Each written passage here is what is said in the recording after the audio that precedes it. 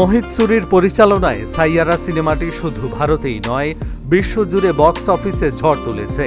আহান পান্ডে ও আনিত পাড্ডা অভিনীত এই রোমান্টিক সিনেমাটি মুক্তির 12 দিনের মাথায় ভারতে আয় করেছে 266 কোটি রুপি, আর বৈশ্বিক আয় ছাড়িয়েছে 400 কোটি রুপির মাইলফলক।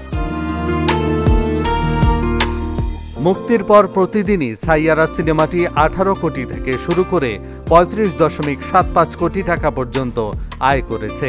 এমন ধারাবাহিক সাফল্যের ফলে এটি এখন হিন্দি সিনেমার ইতিহাসে সবচেয়ে বেশি আয় করা রোমান্টিক সিনেমায় পরিণত হয়েছে। ইন্ডাস্ট্রি ট্র্যাকার স্যাকনিলকের তথ্য মতে সাইয়ারা এখন পর্যন্ত 2025 সালের দ্বিতীয় সর্বোচ্চ আয়কারী হিন্দি সিনেমা ছাভার পরে। তবে এটি ইতোমধ্যেই দ্য কাশ্মীর ফাইলস এবং ব্রহ্মাস্ত্র পার্ট 1 শিবা এর আজীবন আয়ের রেকর্ড ছাড়িয়ে গেছে। মুক্তির পর থেকেই ছবিটি বক্স অফিসে দুর্দান্ত পারফর্ম করে চলেছে। 8 আগস্ট 3 সপ্তাহ পূর্ণ করতে চলেছে সাইয়ারা। এরই মধ্যে গতকাল সোমবার সিনেমাটি ঢুকে পড়েছে 300 কোটির ক্লাবে।